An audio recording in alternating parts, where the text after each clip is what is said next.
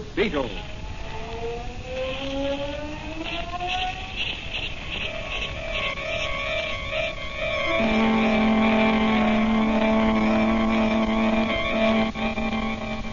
Sweeping down from the underworld to smash gangland comes the friend of the unfortunate, enemy of criminals. A mysterious, all-powerful character, a problem to the police. But a crusader for law. In reality, Dan Garrett, a rookie patrolman, loved by everyone but suspected by none of being the Blue Beetle. As the Blue Beetle, he hides behind a strange mask in a suit of impenetrable blue chain armor, flexible as silk but stronger than steel.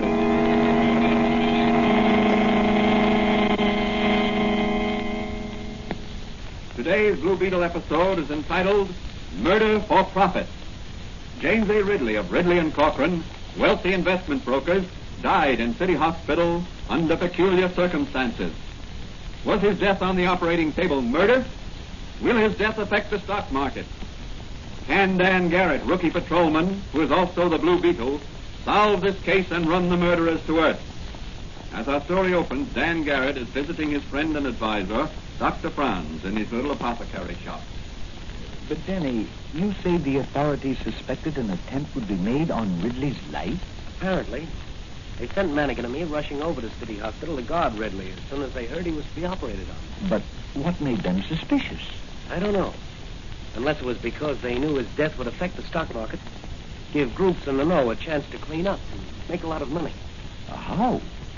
Well, Ridley was an international figure in investment circles. He controlled several large corporations. Yes, I know that.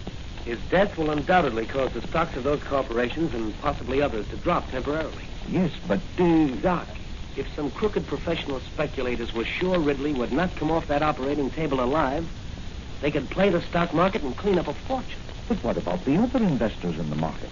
Wouldn't they stand to lose all they had? Precisely. But the murderers of Ridley wouldn't care about that. And why are you so certain it was murder? Look, Doc, here's what happened. When Mannigan and I arrived at the hospital this morning. Hey, Danny, it looks like something's up. Yeah. Wait, I'll ask this guy coming along the hallway and find Dr. Bartlett. Say, you wait till we find Dr. Bartlett. Dr. Bartlett can see no one. We're from police headquarters. We've been sent to guard Banker Ridley. You're too late.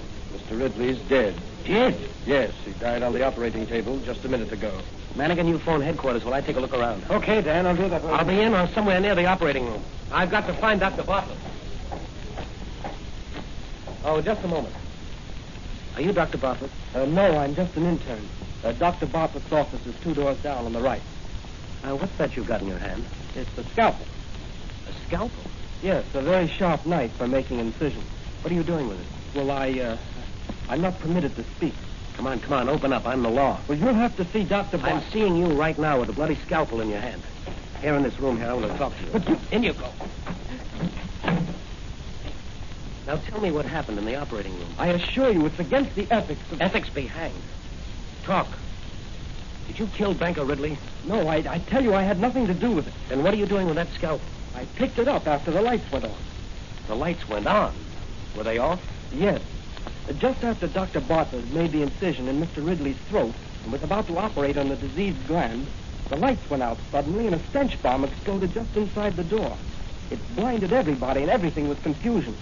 When the lights finally went on, Mr. Ridley was breathing his last. An artery in his throat had been severed. Where were you standing? Across the table from Dr. Bartlett. Then you could... Yes, but I didn't. And what are you doing with that scalpel? I told you, I picked it up when the lights went on. Why? I noticed it was bloody.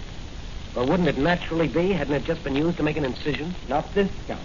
The one Dr. Bartlett used to make the incision had already been put back into the sterilizer. But why should you pick up this scalpel? Well, I thought there might be fingerprints on it. Fingerprints? When everybody would be wearing sterile rubber gloves? Well, I didn't stop to realize that. Your story is pretty thin. I'm going to take you down to headquarters and let some of our... From your story, I take it you suspect the intern of having killed Ridley during the confusion caused by the unexpected developments. No, I don't, really. I think someone higher up is the guilty person. Surely not Dr. Bartlett. He's one of the most famous and respected surgeons in the country. Ridley's death meant profit in millions to someone or to some group. You know the lengths to which some of our most respected citizens will sometimes go to acquire quick riches. That's true. You know, money is all right when it does good. But money is evil when it causes evil. Well, there's the first edition of the evening papers.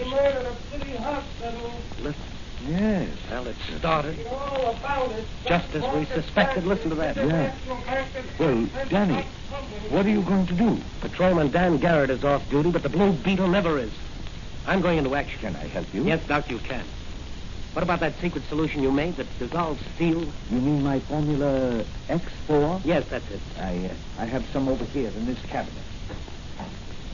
Ah, here you are. Now here. Here's a little file of it. But be very careful. It's powerful stuff. Thanks, Doc. What about your portable wireless telephone? I've got that in my magic ray and my flashlight. Good, good. You know, Doc, if I can solve this case quickly, maybe I can save a lot of little investors from losing their life savings. Ah, that's true, Danny. That's true. Well, Doc, the Blue Beetle has some nipping to do tonight. So long, Doc. I'll see you when I've cleaned up this stock market racket.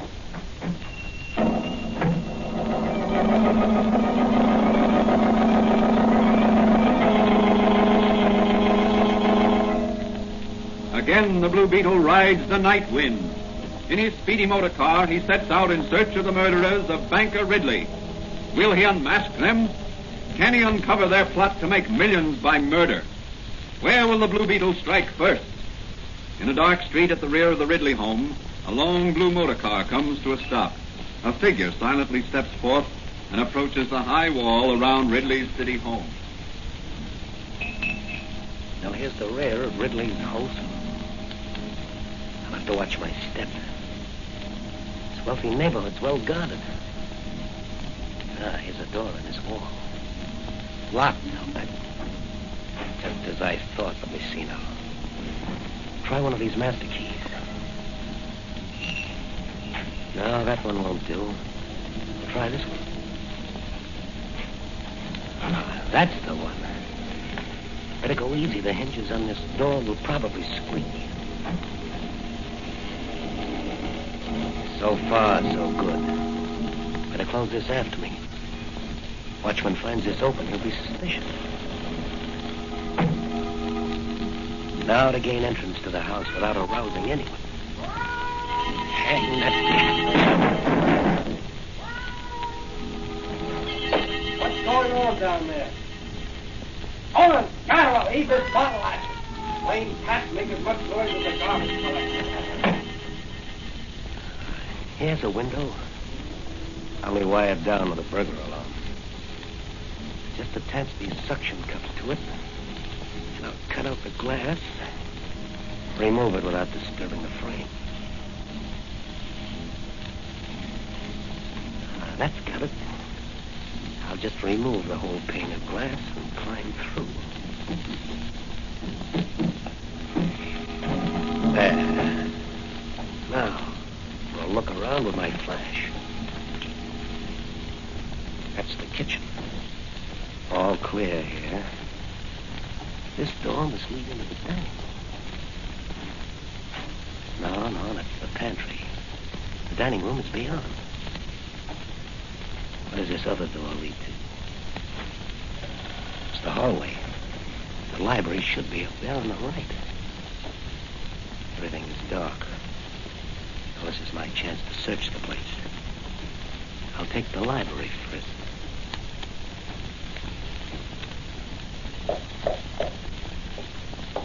The wall is hollow. Just the place for a wall safe. Back at the picture. See if I can move this panel. And there may be a button. Someone's coming. I'll hide behind these curtains until they go. Who's in there? Come on, or I'll shoot. Let's have a little light on the subject. Huh? Yeah. I was sworn I heard someone come in there. I was right. The picture over Father's wall safe. It's Blue Beetle. Drop that gun, Ridley. Not me. sorry, Ridley, but I want to examine some of your father's private papers for a possible clue to his murder. He's out like a light. Well, I'll just tie you up, gag you, and then put you... Let me see. It's over there back of that couch. There. Now to open the panel. Just as I thought. A large wall safe hidden behind that panel. Now for a little Formula X4 poured on the lock.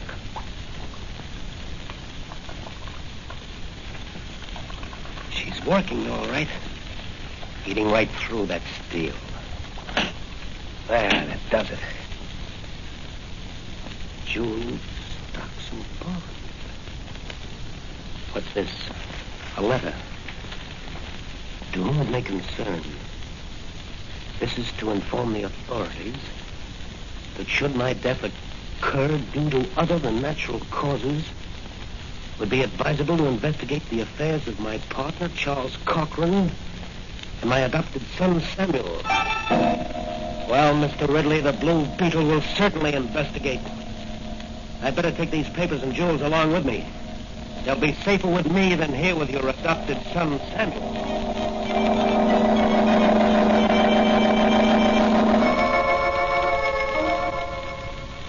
Off into the night sped the Blue Beetle on the trail of those responsible for the death of banker Ridley. Meanwhile, at police headquarters, Officer Manigan, playing a hunch, he has also decided to go to Cochran's office. In the still of the night, two cars are speeding toward the same destination. Each has a single occupant. One of the cars reaches its destination ahead of the other. A mysterious figure alights and disappears behind the building on the corner. Quickly, he mounts the fire escape. A minute later, a circle of light is playing on the door of a safe. In the middle of that circle of light is a large Blue Beetle. The doctor's Formula X4 worked once before tonight. It ought to work here. Sure is powerful stuff. Now let's see what this safe contains. Stocks, bonds, and certificates. Here's a list of something.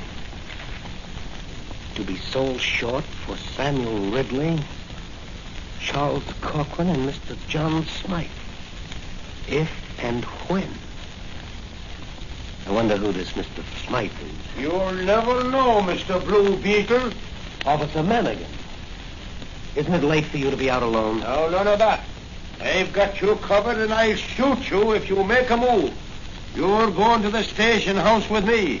Maybe you can explain to the DA what you're doing in this office at that safe there. I was looking for the lost cord. Cut out the wisecracks and slip these bracelets on. I'm sorry, Manigan. We both seem to be cornered. That door in back of you is blocked. What? What? Never take your eyes off your man until you've got him securely handcuffed, Manigan.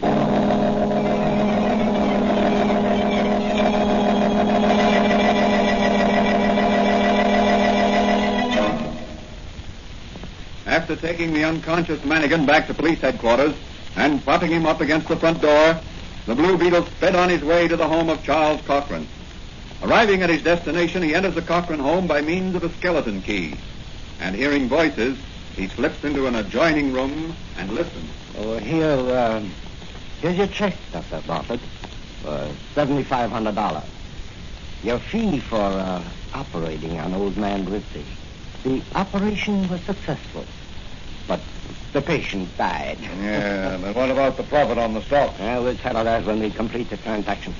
I'm carrying your account under the name of Smythe, you know. Yes, but what if... Oh, are you worrying about the intern who was arrested? Yes, frankly, I am. Well, don't worry about him. He'll never testify in any court. I had someone bail him out, and he's here in this house now. We're sending him away tonight on a one-way ride. What? You don't mean... Exactly. Oh, but you can't do that. Why, that's... Murder? Yes, Dr. Bartlett. Murder. Just like your operation on my partner today. True, one of my men short-circuited the light at the hospital, And another one disguised as an orderly dropped a stench bomb. But you, Dr. Bartlett, severed the artery in Banker Ridley's throat. The Blue Beetle. Yes, the Blue Beetle. He's going to nip a band of murderers. Remo! You call, boys? Don't move, any of you. I've got men outside, and they're coming in to take you. Pardon me, Mr. Blue Beetle. I doubt that statement. I happen to know that it is the Blue Beetle's proud boast that he works alone. Grab him, men. Stand away, Remo. I'm going to shoot the Blue Beetle. That's what you think, Cochran. Come here, Remo. I'm going to give you a little ride through the air. No, senor, it's a mistake. Your knife, Remo. Into his heart. Rip up the Blue Beetle. Right, boys. Oh. Right in the toe of my boot guts. And now you, Raymond, up you go. Oh, no, senor. And across the room, and you'll bust it black. Blue Beetle, get those hands up. Young Samuel Ridley. You must be Houdini to have gotten out of those bonds, or else I've forgotten my sailor knots. You've forgotten something else, Blue Beetle. I'll take whatever you took from my father's safe. Certainly, Ridley. Here you are. Good. I thought this gun would make you see reason. Foxed you, Ridley. Now, all of you, stand over there. I'm going to release the intern you're holding prisoner, and then... Good. Blue Beetle is out like a light. I'll tie him up and throw some water on Wayne there. Right, boys. Getting out of here. Oh, no, you're not, Dr. Bartlett. I need the famous surgeon for one more little operation. No. Don't worry, Dr. Bartlett. It won't be murder this time. But I've got a better idea. Just a little operation on the Blue Beetle's vocal cords and the muscles of his arms. What good will that do? He won't be able to speak or write when you get through with him. And he doesn't dare turn himself over to the police. No, it's But necessary. Gus. Yeah, boss. Take the Blue Beetle into the other room and put him with the intern. Then come back here. Okay, boss. See, he's heavy. Maybe he's dead, boss. He'll wish he were before I get through with him. The Blue Beetle's nipping days are over.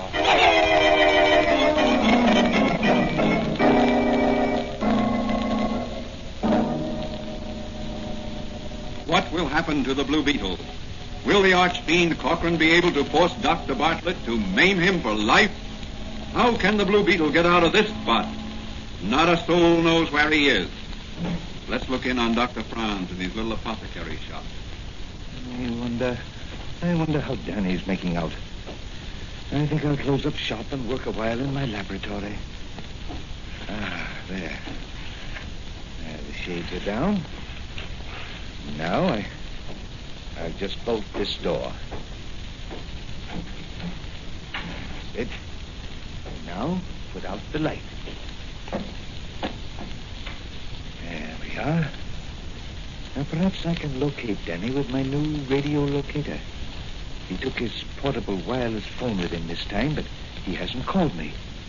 Maybe he's in trouble.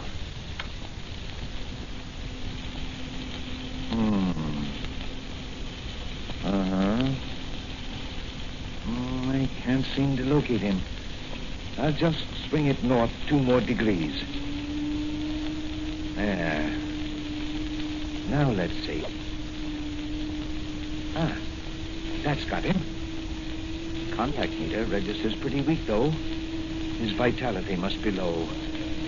Now perhaps if I connected up my radio energizer to this locator, I could shoot some vitality to him through the ether.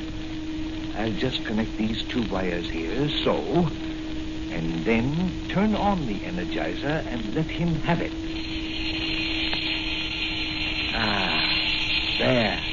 There it goes, Danny. I hope it's reaching you and giving you renewed strength. It's all I can do for you.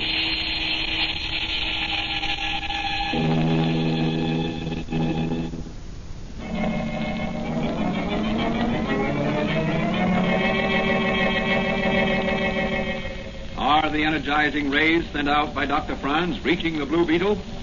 Has he again managed to outwit a clever and ruthless gang of murderous racketeers? How can he escape their clutches? Let's look in on the little room in the Cochran home where the Blue Beetle was imprisoned with the intern from the city hospital. Where am I? What's that noise? It's a midget antenna on my helmet. Dr. Franz must be trying out his new radio locator. What's happening? I feel as if I were being pumped full of energy. I can burst these burns easily. Well, who's that over there on that cot? The hospital intern, of course. You. Can you hear me? Shake your head if you can. Oh, you can? Wait until I take that gag out of your mouth. There, that's better. Now I'll cut your bonds with my magic ray.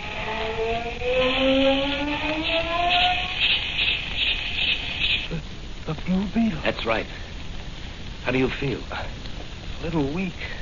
You hold my hand a minute. Get some energy from me. Now, do you think you could hold a gun on some men if I help you? I could hold it alone. You certainly pepped me up. How did you do it? That's a secret. Now, here is your chance to be a hero. I'll do anything I can to get out of here. Good. Have you a fountain pen? Yes. Here it is. Will you hold it like this, you see? Like a pistol.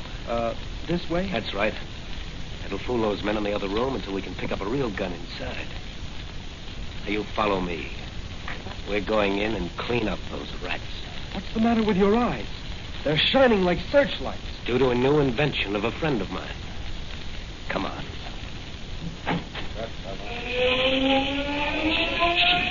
The Blue Beetle. Gee, boss, look at his eyes. This man, he is Durban. Not to me, he isn't. Don't you... It's no use, Cochran. You can't injure the Blue Beetle. Throw down that gun. Drop it or I'll blast you all with my magic ray. You better drop the gun, boss. All right, Blue Beetle. You win up to this point. But how are you going to turn us over to the police? Why, you don't dare... Yeah, you intern. Here's your chance to get even with the doctor and this gang who are holding you prisoner. Pick up that gun and keep these men covered until I tie them up. Okay. Here comes the law. I called the police on my wireless telephone. You'll all be in safe hands soon, safe for the citizens of this great city. No more will your secret machinations bring distress to honest investors. Gentlemen, the Blue Beetle's job is done. You'll soon be paying the penalty of your dishonest schemes. I'll leave you to the tender mercies of the district attorney.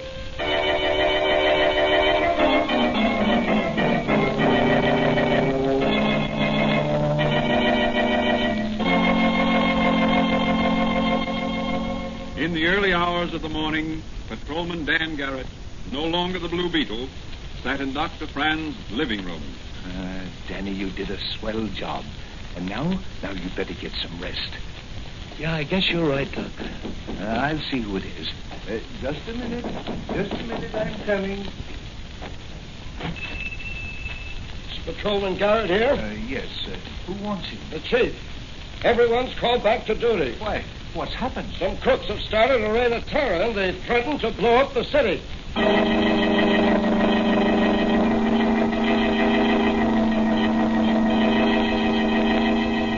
There's no rest for the Blue Beetle or for Patrolman Dan Garrett. What will develop in the next chapter of Dan Garrett's life? As the Blue Beetle, will he be able to run down and apprehend the members of this dynamite ring? Can he outsmart this deadly gang of underworld characters?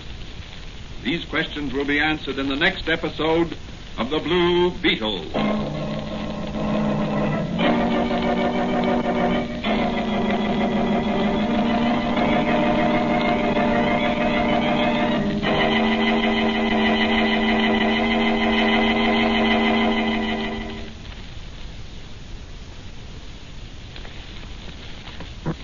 And now, here's the Blue Beetle himself to say a few words.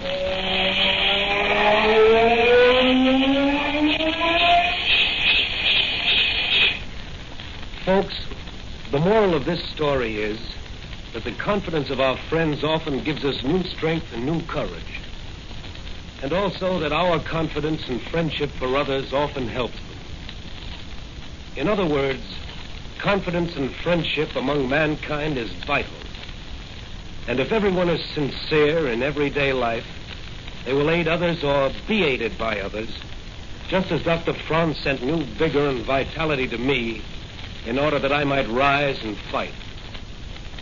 So my advice to young and old is to cultivate the friendship and confidence of your fellow men.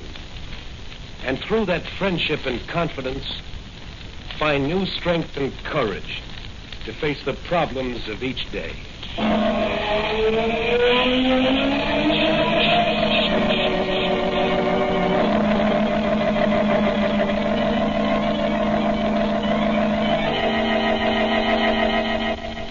The Blue Beetle is a copyrighted Fox feature appearing in Mystery Men Comics magazine on sale at your newsstand. The Blue Beetle is on the air twice a week on this same station. Consult the broadcast schedule in your local newspapers. And don't forget to listen in.